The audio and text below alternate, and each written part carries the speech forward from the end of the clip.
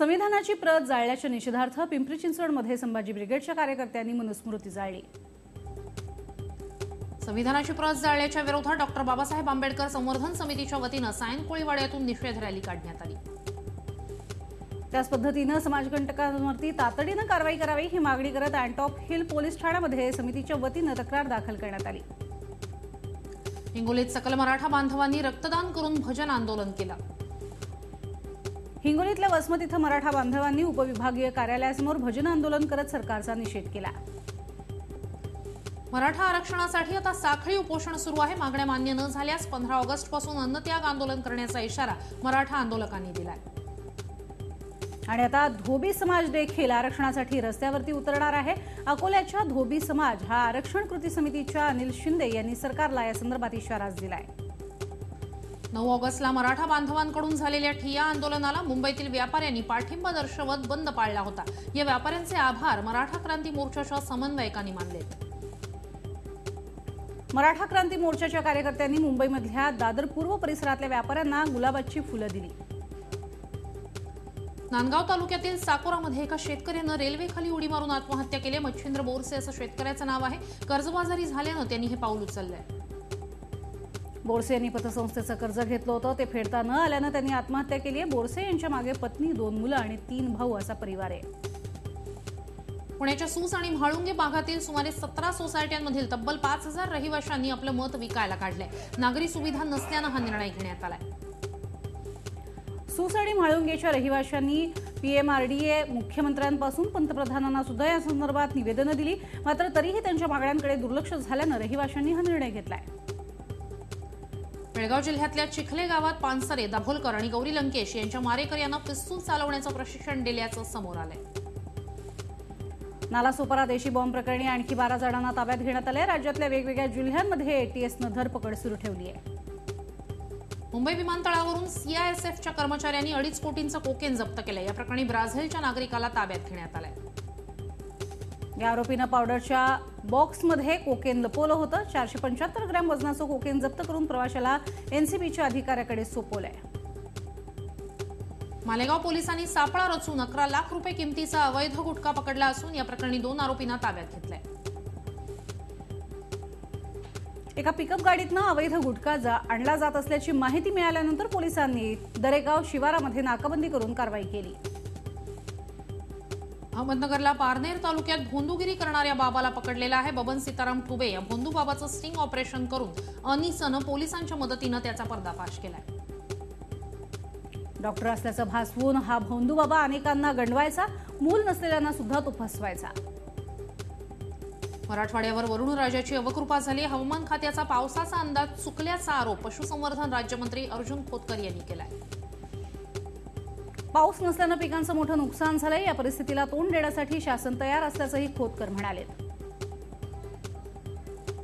मोठ्या विश्रांतीनंतर नांदेडमध्ये पावसानं जोरदार हजेरी लावली आहे। यामुळे पिकांना जीवदान मिळालंय। पाऊस नसल्यानं खरीप हंगाम हातातनं जातो की काय अशी स्थिती निर्माण झाली होती, मात्र आजच्या पावसानं नवचैतन्य निर्माण झालंय। सध्या नांदगाव शहरातील नागरिकांना भीषण पाणी टंचाईचा सामना करावा लागतोय। शहराला 22 ते 25 दिवसाआड पाणी पुरवठा केला जातोय। ही पाणी टंचाई अधिक तीव्र होण्याची शक्यता आहे।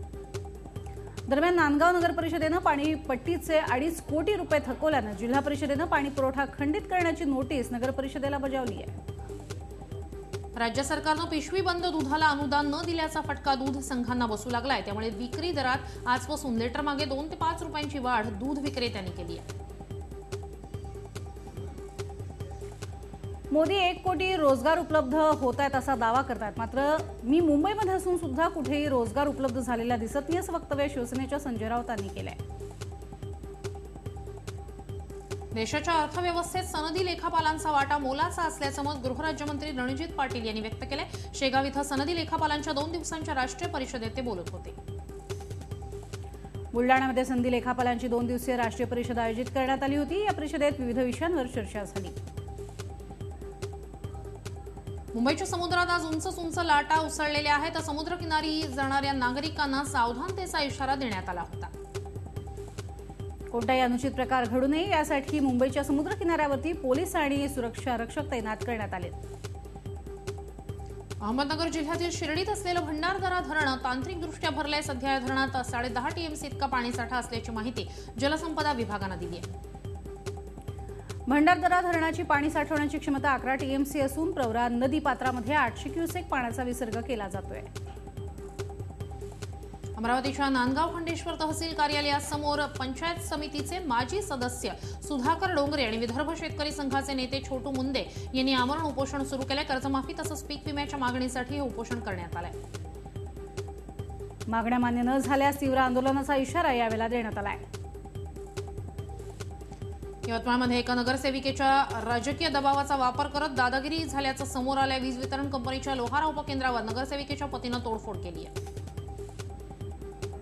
दरम्यान राजकीय दबावातनं अद्यापही नगरसेविकेच्या पतीविरोधात तक्रार दाखल करण्यात आलेली नाहीये. रेल्वेच्या तिन्ही मार्गांवर मेगाब्लॉक घेण्यात आला. मेगाब्लॉकमुळे अनेक गाड्या रद्द करण्यात आल्या तर अनेक स्थानकांवर गर्दी सुद्धा दिसून आली. पुण्याच्या फुरसुंगी इथल्या सोनार पुलावरती अपघात झाला. पुलाचा कठडा तोडून सेंट्रो कार पाण्यात कोसळली. या अपघातात कराटे प्रशिक्षक नितीन कुंभार यांचा मृत्यू झालाय. मालेगावच्या स्थानिक गुन्हे शाखा आणि वन विभागानं मांडूळ सापाची तस्करी करणाऱ्या एकाला अटक केली. अभिजित जाधव असं आरोपीचं नाव आहे. मांडूळ सापाचा वापर हा जादूटोणा आणि गुप्तधनासाठी केला जात असल्याने या सापाची मोठ्या प्रमाणात तस्करी होते. दरम्यान आरोपीकडनं जप्त करण्यात आलेला मांडूळ साप 1.5 किलो वजनाचा असून 47 इंच लांब आहे. अहमदनगरमधील श्रीगोंदा तालुक्यातील कोरेगावच्या शेतकऱ्याची लेक अमेरिकेला चालली. दुर्गम दुष्काळी गावातील निरक्षर शेतकरी संजय पवार यांची मुलगी श्रद्धा हिनं इंजिनिअरिंगचं शिक्षण पूर्ण केलंय. पदव्युत्तर शिक्षण घेण्यासाठी श्रद्धा अमेरिकेला निघाली आहे. मात्र त्यासाठी तिला मोठ्या संकटांना सामोरं जावं लागलं.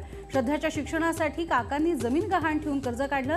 लेकीच्या या यशामुळे तिच्या आई वडिलांच्या आनंदाला पारावार उरला नाहीये. कोकणवासियांसाठी एक आनंदाची बातमी आहे. कोकणातल्या लोकांना आता पासपोर्ट काढण्यासाठी मुंबईच्या चक्रा माराव्या लागणार नाहीत. रत्नागिरी आणि सिंधुदुर्ग जिल्ह्यासाठी राजापूर पोस्ट ऑफिसमध्ये आता पासपोर्टची सुविधा उपलब्ध झाली. दोन्ही जिल्ह्याच्या मध्यवर्ती असलेल्या राजापूर पोस्ट कार्यालयामध्ये पासपोर्ट कार्यालयाचं उद्घाटन खासदार विनायक राऊत आणि पालकमंत्री रवींद्र वायकर यांच्या हस्ते करण्यात आलं. रत्नागिरी आणि सिंधुदुर्ग जिल्ह्यातील दोन्ही विमानतळांवर विमानाच्या लँडिंग आणि टेक ऑफच्या चाचण्या यशस्वी झाल्या. त्यामुळे लवकरच या दोन्ही विमानतळांवर खासगी कंपनीच्या विमानसेवा सुरू केल्या जातील अशी माहिती खासदार विनायक राऊत यांनी दिली आहे. संविधान जाळणं म्हणजे देशाला जाळण्यासारखं आहे अशी प्रतिक्रिया आमदार हर्षवर्धन जाधव यांनी दिली. मराठा आरक्षणाच्या मुद्द्यावर आमदार जाधवांनी नांदेडमध्ये परिवर्तन यात्रा काढली तेव्हा ते बोलत होते. नालासोपाऱ्यात अटक करण्यात आलेल्या सनातनच्या वैभव राऊतचा सत्कार करतानाचा एक फोटो समोर आलेला आहे. मीरा भाईंदरचे आमदार नरेंद्र मेहता यांच्या हस्ते त्याचा सत्कार करण्यात आलेला होता तेव्हाचा हा फोटो आहे. परभणीमध्ये धनगर आरक्षणासाठी एका 12वीत शिकणाऱ्या विद्यार्थ्यानं आत्महत्या केली आहे. योगेश कारके असं मृत तरुणाचं नाव आहे.